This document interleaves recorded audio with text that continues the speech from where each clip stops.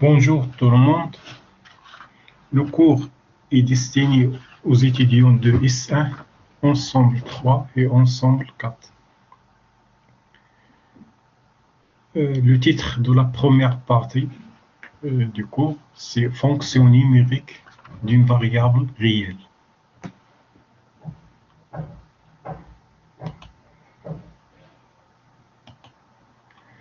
Le contenu de cette première partie, donc la notion de fonction numérique d'une variable réelle, limite et continuité d'une fonction, dérivabilité, approximation des fonctions, développement limité, et enfin primitive et intégrale.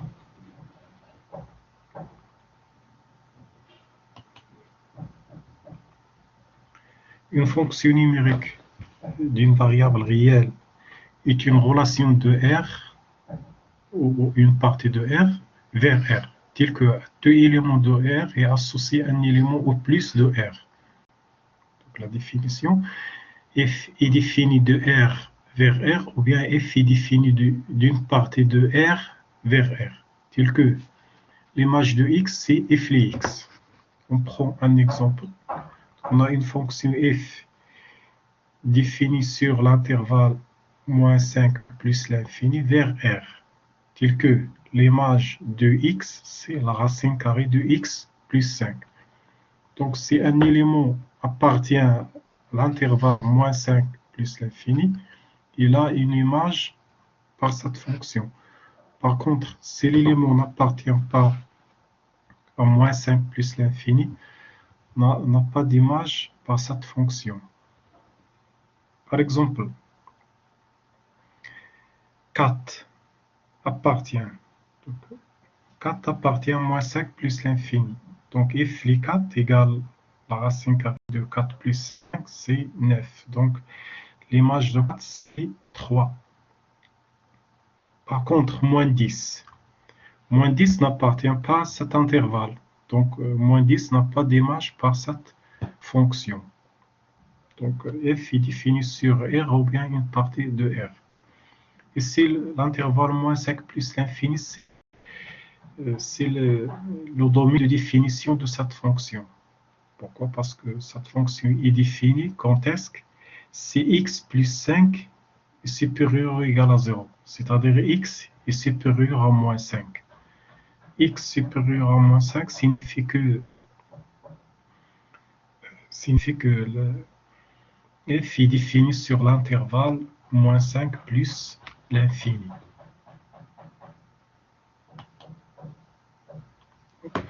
Domaine de définition d'une fonction. On appelle domaine de définition d'une fonction f la partie de R constitue des éléments ayant exactement une image. Donc on note df. Donc df c'est l'ensemble x appartient à R tel que f les x existe. Tel que f les x existe. Donc par exemple pour cet exemple, f les x existe quand est-ce que donc Cx appartient à moins 5 plus l'infini. Donc tous les éléments appartiennent à moins 5 plus l'infini ayant une image par cette fonction. On prend un exemple. Déterminer le domaine de définition de la fonction f de x égale à la racine carrée de x au carré moins 4. Quelle est la condition pour que cette fonction soit définie? Donc, cette fonction est définie si x au carré moins 4 est positif. Donc, si x au carré moins 4 est positif, f est défini, est bien défini. Donc, x appartient à df, donc signifie que x au carré moins 4 est positif. Bien. Donc, cherchez donc pour trouver df, déterminer df, il faut chercher les racines du trinôme x au carré moins 4. Donc x au carré moins 4, c'est un trinôme. Pourquoi? Parce que sous la forme x au carré plus bx plus c. Donc ici, le coefficient A c'est 1, b c'est 0, ici c'est moins 4. Donc c'est un trinôme. Bien. Donc on revient à résoudre l'équation x au carré moins 4 égale à 0. Donc c'est facile de résoudre l'équation x au carré moins 4. Et donc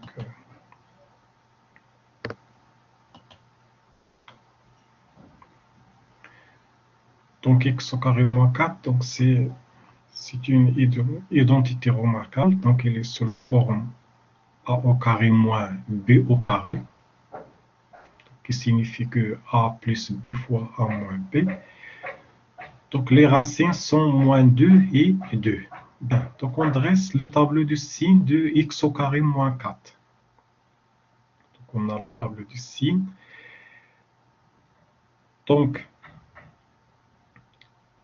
x au moins 4 est positif quand est-ce que si x appartient à moins l'infini moins 2, union 2 plus l'infini. Donc c'est le domaine de définition de cette fonction.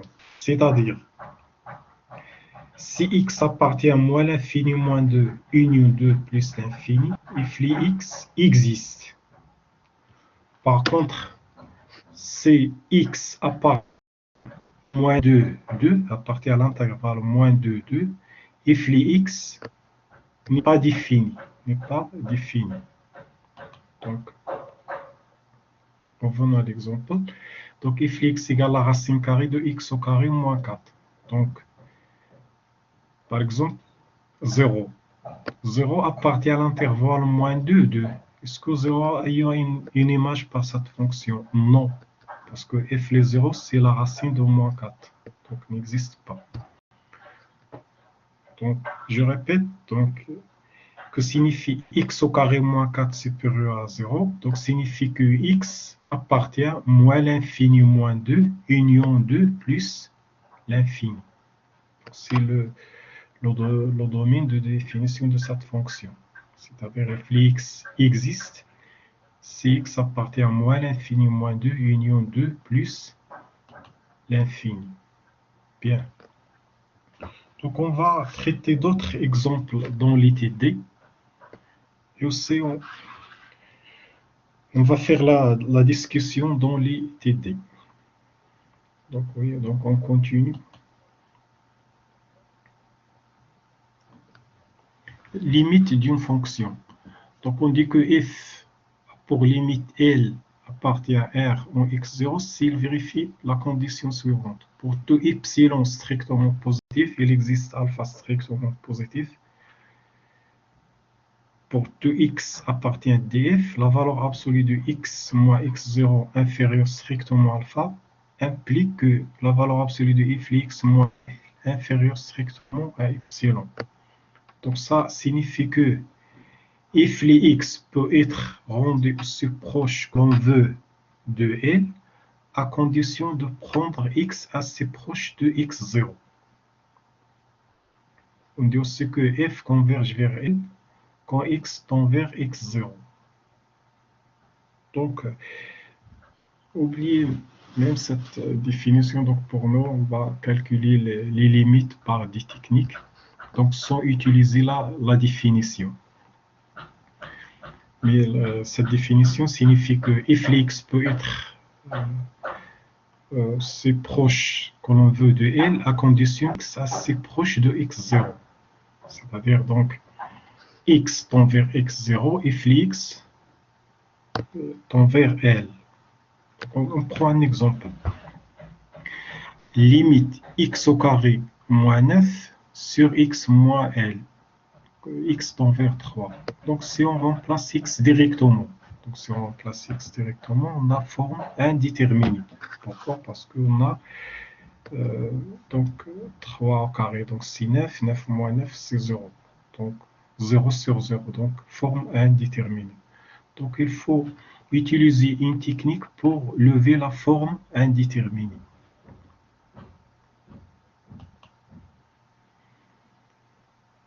Donc, on a une forme indéterminée du type 0 sur 0. Donc, x au carré moins 9, c'est une identité remarquable sous la forme a au carré moins b au carré. Donc, ça signifie que x moins 3 fois x plus 3.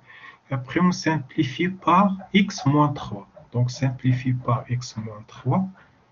Donc, on a x plus 3. Donc, on peut remplacer x par 3. Donc, maintenant, on a une forme déterminée. Donc, 3 plus 3, c'est 6. Donc, la limite de cette fonction égale 6. Donc, ici, on a x tend vers 3, c'est-à-dire x tend vers un point fini. Et la limite est finie. Et la limite est finie. Donc, les deux est fini. Donc, x tend vers 3, c'est-à-dire x tend vers x0 qui est fini, et égale L qui est fini. Maintenant, x tend vers x0 qui est fini, mais la limite est infinie. Mais la limite est infinie. Donc, f x devient grand quand l'on veut, à condition que x approche suffisamment de x0. Donc, on a deux cas. Pour x tend vers un point fini. Donc, on peut trouver la limite finie ou bien la limite est infinie. Donc, on prend un exemple dans ce cas où x tend vers un point fini, mais la limite est infinie. Donc, limite de 7x au carré plus 9 sur x moins 1 tout au carré. Bien, donc, on a une limite de type k sur 0. Pourquoi? Parce que donc on a limite de 7x au carré plus 9 égale 16. Donc on remplace x par 1, donc il égale 16. Et la limite de x moins 1 au carré égale 0. Bien sûr, c'est 0 plus parce que x moins 1 au carré est positif, est toujours positif. Donc c'est 0. Donc k est positif, et donc on a 0 plus. Donc la limite est égale plus l'infini. Donc x tend vers x0, x0 par exemple c1, égale plus, la limite égale plus l'infini. Donc on a deux cas. La limite peut être finie ou infinie. Donc je répète qu'on a d'autres exemples dans les TD. Donc on passe. Limite à droite et limite à gauche. Donc quand on s'approche de x0 par la droite, c'est-à-dire pour que x se rapprochant de x0 tout en restant strictement supérieur à x0. Donc, il peut arriver que la valeur de x s'approche de L. Donc, on note limite f x, x tend vers x0, mais x supérieur à x0 égale L. Ça pour la limite à droite. La même chose pour la limite à gauche. Limite f x, x tend vers x0, mais x inférieur à x0. C'est-à-dire, pour x se rapprochant de x0, tend restant strictement inférieur à x0. Donc, ma limite droite et limite gauche. Donc, on prend un exemple. Limite, calculer la limite de la valeur absolue de x fois x au carré plus 5 divisé par x. Donc, si on remplace directement x par 0, donc on a une forme indéterminée. Pourquoi on a une forme indéterminée? Parce que si on remplace, on a 0 sur 0. Donc pour cela, pour cet exemple, il faut utiliser la notion de limite à droite et limite à gauche, c'est-à-dire distinguer les deux cas, limite à droite et limite à gauche. Par définition, la valeur absolue de x égale x si x est positif. Et la valeur absolue de x égale moins x si x est négatif. Donc on commence par la limite à droite, c'est-à-dire x supérieur à x0. Donc, dans ce cas, remplacer la valeur absolue de x par x. Et après, simplifier par x. Donc, on a limite de x au carré plus 5. Donc, remplacer x au carré par 5 égale 5. Ça pour x supérieur à x0. Pour x inférieur à 0, c'est-à-dire la limite à gauche. Donc, dans ce cas, remplacer la valeur absolue par moins x. Simplifier par x. Donc, on a limite de moins 1. Normalement, c'est moins 1. Donc, c'est facteur commun de x au carré plus 5.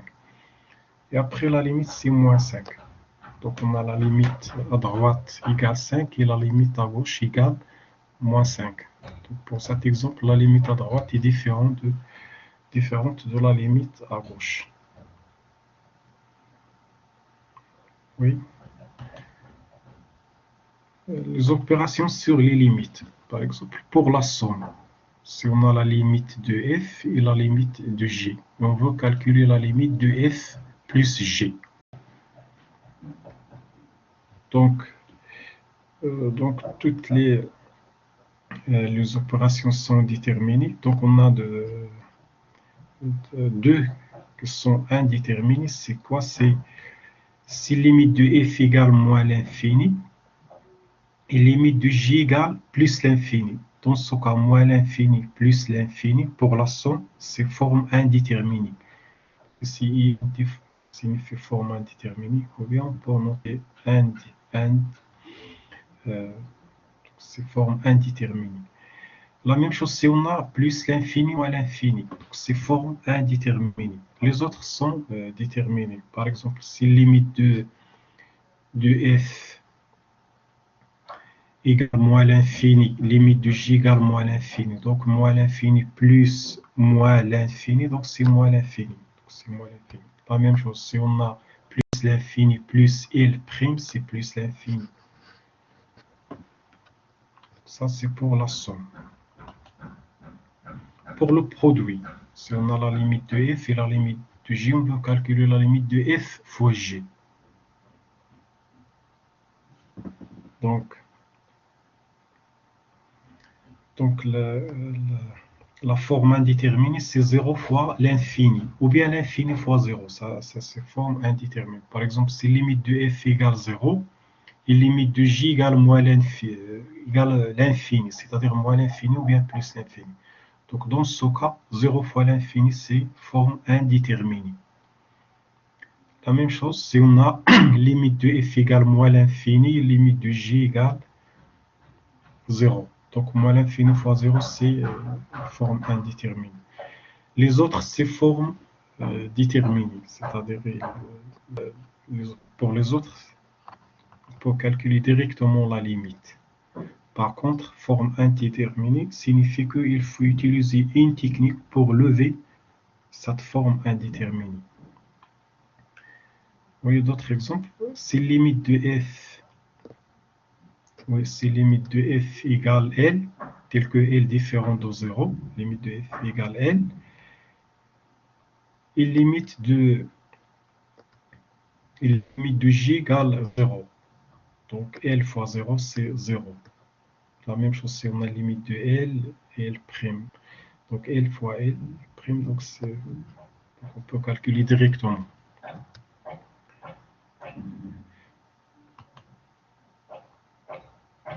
Si on a limite de f, on peut calculer la limite de 1 sur f. Donc si limite de f égale moins l'infini, la limite de 1 sur f, c'est 0. Normalement, c'est 0 moins, parce qu'il est négatif.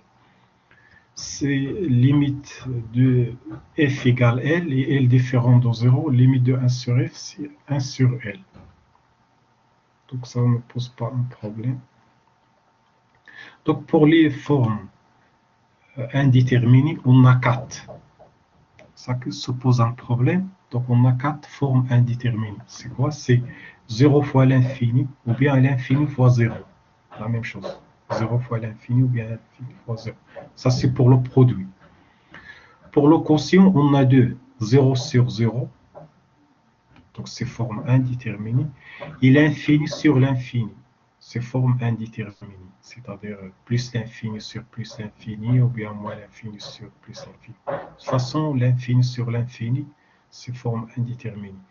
Et pour la somme, plus l'infini moins l'infini, c'est forme indéterminée. Ou bien moins l'infini plus l'infini, c'est forme indéterminée. Donc, vous avez 4. Pour la multiplication, 0 fois l'infini ou bien l'infini fois 0. Pour le quotient, c'est 2. 0 sur 0 ou bien l'infini sur l'infini. Pour la somme, c'est plus l'infini moins l'infini ou bien le contraire, moins l'infini plus l'infini.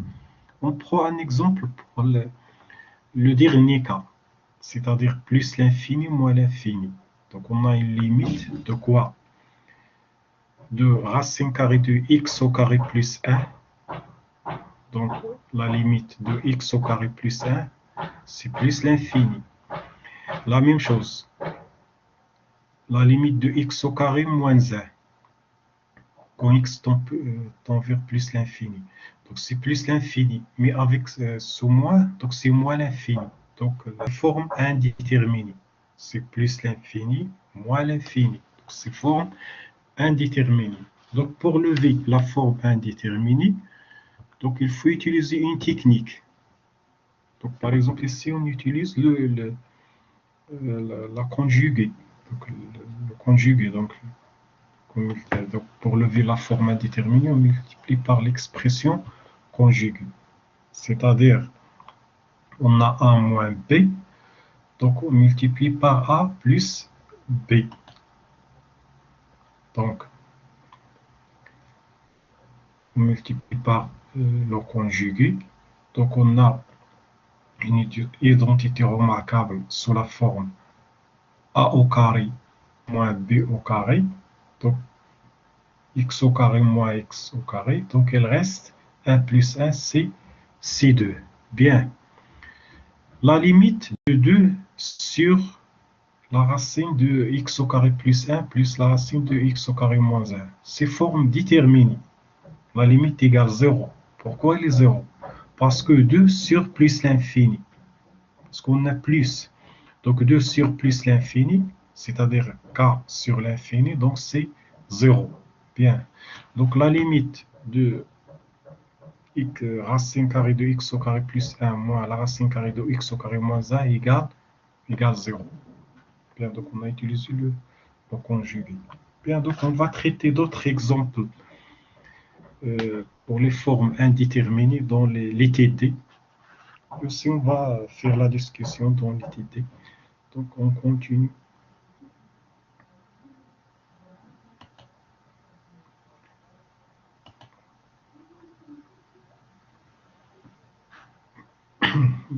Pardon, donc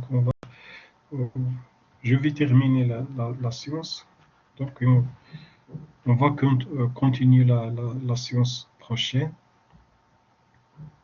Donc pour la séance prochaine, on va traiter la continuité d'une fonction. Donc pour les calculs des limites, on va traiter d'autres exemples dans les TT. Donc on va continuer la séance prochaine. Merci.